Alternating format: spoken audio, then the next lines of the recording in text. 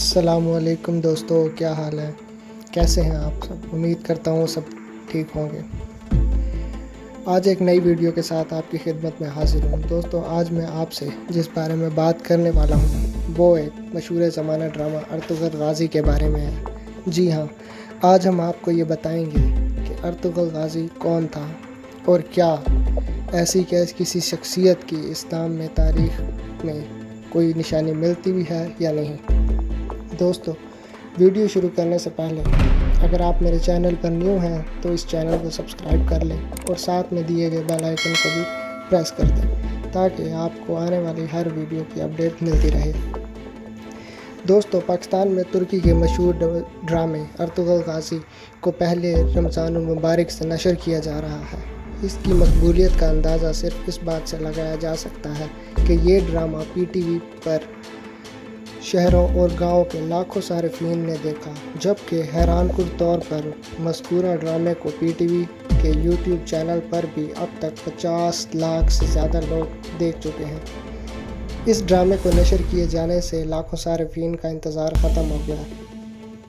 یہ drama Urdu dubbing سے قبل یہ پاکستان میں اس حد تک مقبول ہے کہ اس کے مداحوں میں وزیر اعظم جناب عمران خان صاحب کو بھی گنا جاتا ہے، جو اس میں دکھائی گئی اسلامی تہذیب کی تعریف کر چکے ہیں۔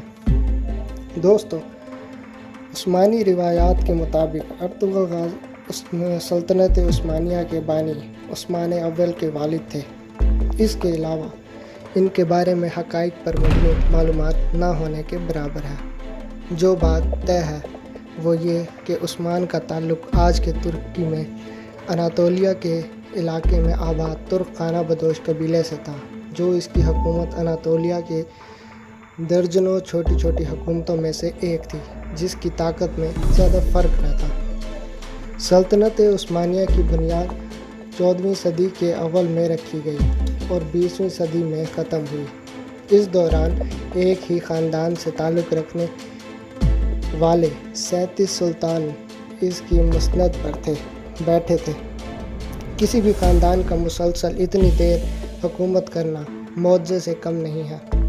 دوستو، ہم آپ کو یہ بھی بتاتے چلیں کہ عثمانیوں کی کامیابی کی وجوہات جو بھی ہوں، لیکن ان کی اناطولیہ میں اپنے ہمسایوں کے ساتھ 2 صدیوں پر پھیلی ہوئی لڑائی انتہائی سخت تھی۔ عثمانیوں کے جد امجد سلیمان شاہ تھے، جو کائی قبیلے کے سردار تھے اور 12ویں صدی کے آخر میں شمالی ایران کے ایک علاقے میں آباد تھے۔ منگول حملوں کے پیش نظر دیگر بہت سے ترک قبائل کی طرح یہ قبیلہ بھی غلامی اور تباہی سے بیچنے کے لیے علاقوں کی طرف روانہ ہوا۔ سلیمان شاہ شام میں داخل ہوتے ہوئے دریائے فرات میں ڈوب گئے اور اس کے بعد ان کے 2 بیٹے واپس چلے گئے، جبکہ ارطغرل نے مغرب کی طرف اپنا سفر جاری رکھا اور اناطولیہ کے علاقے میں داخل ہو گئے، جہاں سلجوق حکمرانوں نے ان کی مدد کے بدلے انہیں اناطولیہ میں زمین دے دی۔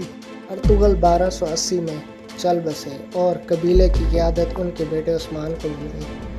عثمان کے دور میں ملنے والا سکہ اگر اصلی ہے تو اس سے یہ ثابت ہوتا ہے کہ ارطغرل یقیناً تاریخی شخصیت تھے۔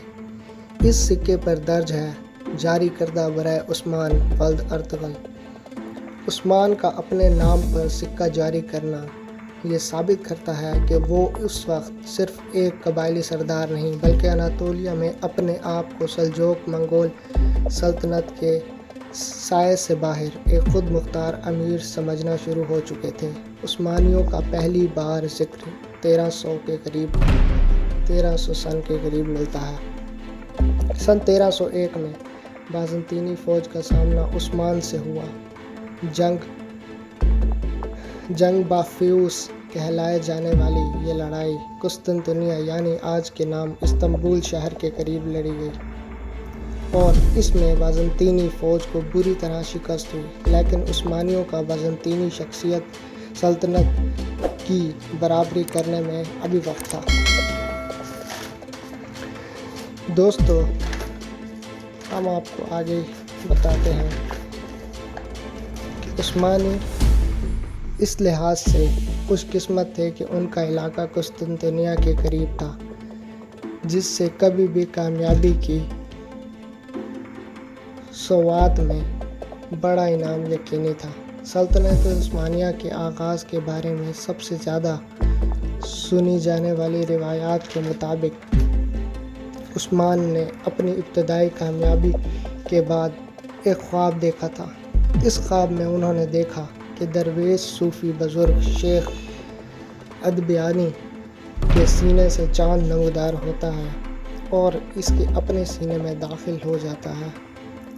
اس کے ساتھ ہی اس کے پیٹ سے ایک بہت بڑا درخت نکلتا ہے جس کے سائے میں پوری دنیا آ جاتی ہے، سمٹ آتی ہے، یعنی کہ جس کا سایہ پوری دنیا پر چھا جاتا ہے۔ اس درخت کی شاخوں کے نیچے چشمے بہتے ہیں جن سے لوگ پانی پیتے ہیں اور کھیت سیراب ہوتے ہیں۔ صبح ہی عثمان نے جب شیخ صاحب کو یہ خواب سنایا اور ان سے اس کی تعبیر پوچھی تو انہوں نے کہا کہ خدا نے عثمان اور اس کی اولاد کو دنیا کی حکمرانی کے لیے چن لیا ہے، اور انہوں نے کہا کہ ان کے سینے سے نکل کر عثمان کے سینے میں داخل ہونے والا چاند ان کی بیٹی ہے، جو اس خواب کے بعد عثمان کی اہلیہ بن گئی۔ اب ارطغرل کا اناطولیہ 13ویں صدی کا اناطولیہ تھا۔ جب ترک قبائل اناطولیہ پہنچے تو وہاں کئی نسلوں اور مذاہب کے لوگ آباد تھے، جن میں یہودی، ارمیناتی، کرد، یونانی اور عرب شامل تھے۔ اس علاقے کے مغرب میں بازنطینی سلطنت تھی اور مشرق میں سلجوق، جو اپنے آپ کو رومی سلجوق کہتے تھے۔ سوگت کے علاقے میں ارطغرل کے نام کی ایک چھوٹی سی مسجد اور ایک مزار ہے، جس کے بارے میں کہا جاتا ہے کہ وہ ارطغرل کے بیٹے نے ان کے لیے بنائی، اور پھر جس میں عثمان کے بیٹے ارحان نے اضافہ کیا۔ مزار پر اتنی بار کام ہوا ہے کہ اس کی پہلی عمارت کی کوئی نشانی نہیں بچی، اس لیے کسی عمارت کے بارے میں پورے اعتبار کے ساتھ یہ نہیں کہا جا سکتا کہ وہ عثمان کے دور کی ہے۔ دوستو، سلطنت عثمانیہ میں سلطان سلیمان اور عبد المجید دوم کی شہرت ارطغرل سے بہت زیادہ ہے، لیکن ارطغرل پر ٹی وی سیریل بننا بغیر وجہ نہیں ہے۔ ترک ٹی وی چینل TRT کی دنیا بھر میں انتہائی کامیاب سیریز دیریلس ارطغرل ان کے کئی قبیلے کی اناطولیہ میں مختلف دشمنوں سے لڑتے ہوئے پیش رفت پر مبنی ہے، جبکہ تاریخی کردار ارطغرل کے بارے میں بہت کم لوگ جانتے ہیں۔ دوستو، یہ تھا آج کا ہمارے ویڈیو کا ٹاپک، جس کے اندر ہم نے آپ کو ارطغرل کے بارے میں بتانے کی کوشش کی کہ واقعی ارطغرل